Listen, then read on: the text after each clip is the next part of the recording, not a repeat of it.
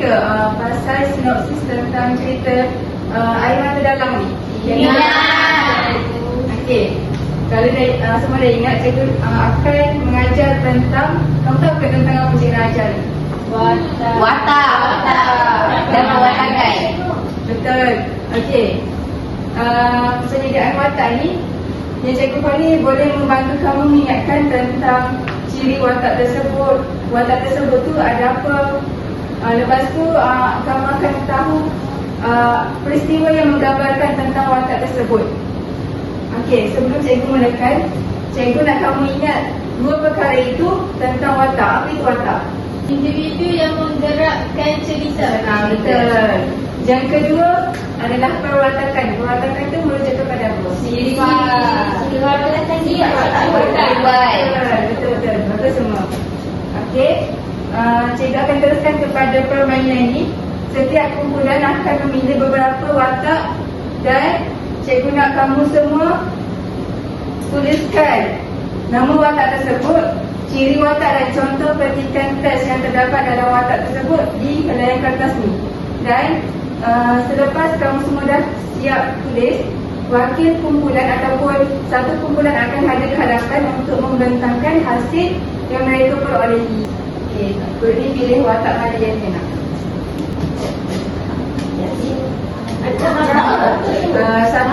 Satu kumpulan ni akan dapat 3 watak dan 4 watak. Sebab dalam ni ada 7 watak semua. Ini cik yang mana? Itu dia cikgu. Dia semua dapat. Dia semua dapat. Okay. Cikgu nak kamu kenali siapakah watak. Contohlah, watak ni menggambarkan watak siapa, kamu tulis di helaian kertas ini.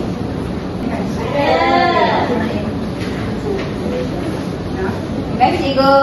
Sama. Okey, cikgu nak kamu tulis video perkara itu, nama watak. Yang kedua, ciri yang menunjukkan watak tersebut, ciri perwatakan akhirnya. Yang ketiga, contoh.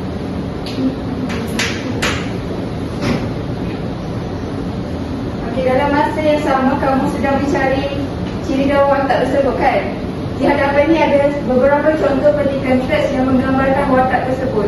Nanti kamu boleh ambil beberapa contoh petikan teks ni untuk masukkan ke dalam dan ciri yang ketiga tersebut, iaitu contoh atau bukti teks yang menggambarkan watak tersebut.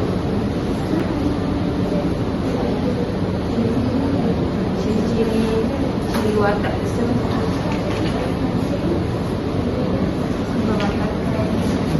Tidak sekali kan yang perwatakan. Ada tak tentu.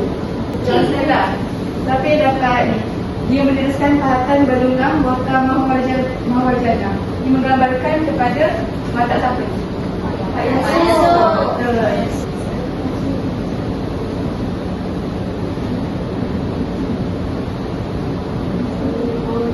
Itu buat syarat dia. Betul-betul.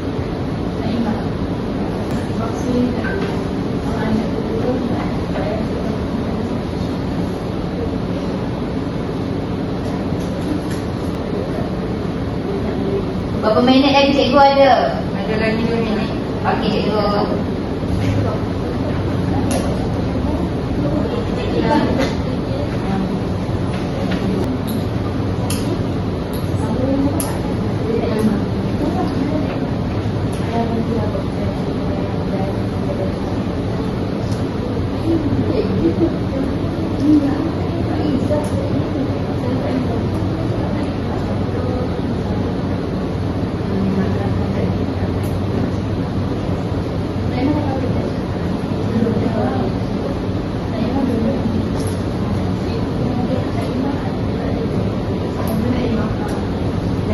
Sama dengan dia macam berada di perwatakan dia sama.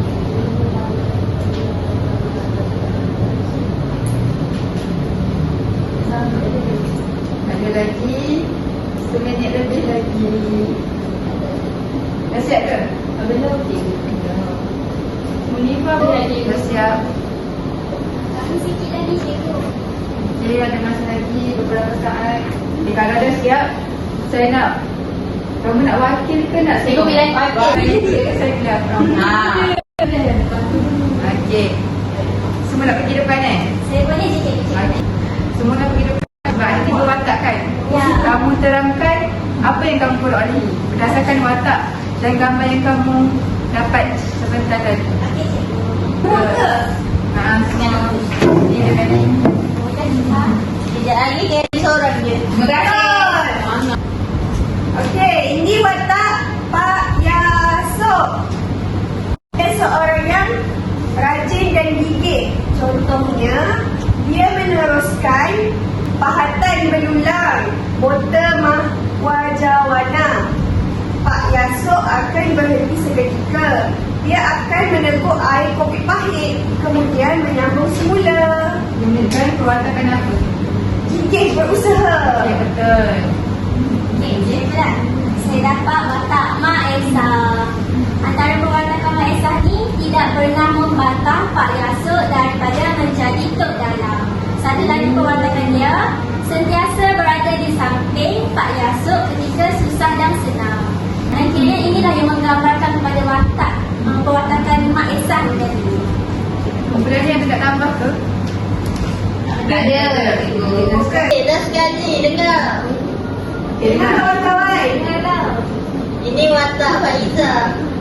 Faizah ni seorang yang berpegang teguh kepada agama.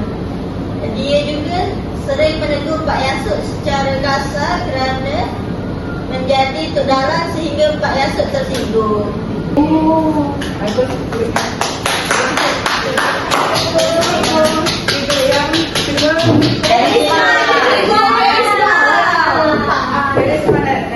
Ya, karisma. Okey.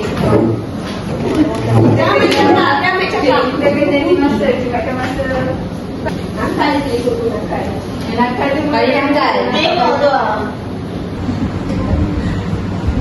Okey, nakal. Kamu dapat watak apa?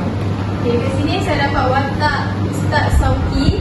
Itu merupakan anak sulung Pak Yasuk dan isteri kepada Ustazah Faizah. Suami kepada Ustazah Faizah. Ustaz Sauki ni merupakan anak yang menghormati orang tua iaitu Pak Yasuk dan Mak Esa, dan dia tidak pernah membantah Pak Yasuk yang sentiasa bekerja sebagai dalang dan mengembangkan wayang kulit. Contoh dia Ustaz Sauki ni sentiasa menziarahi orang tuanya walaupun isterinya tidak menyukai ayahnya. Seterusnya, Okay, saya mendapat watak Naimah. Naimah ni anak bongsu kepada Pak Yasuk dan Mak Esa. Lepas tu dia sebagai doktor di Hospital Poli Kedah. Lepas tu dia pun belum berkahwin.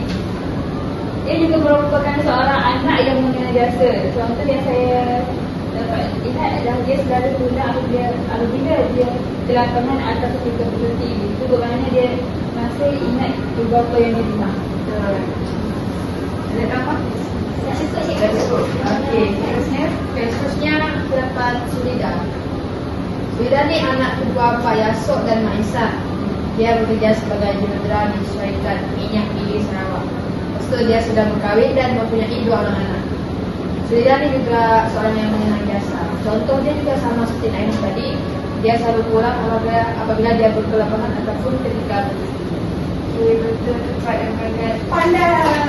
Okey, kalau saya pula, saya dapat watak Nora. Nora ni seorang pelajar universiti dari Kuala Lumpur. Dia seorang anak yang baik dan bersungguh-sungguh mempelajari ilmu wayang kulit ni. Contohnya, saya sedang membuat kajian berkenaan wayang kulit. Saya datang membawa hajat besar pakcik, harap dapat pakcik bantu saya. Okey, bagus semua. Terima kasih. Okey. Itu sahaja yang cikgu ajar pada hari ini. Cikgu harap kamu semua dapat faham dengan baik, dan apabila cikgu soal balik tentang watak dan perwatakan ni, kamu dapat jawab dengan tepatlah. Baik, cikgu.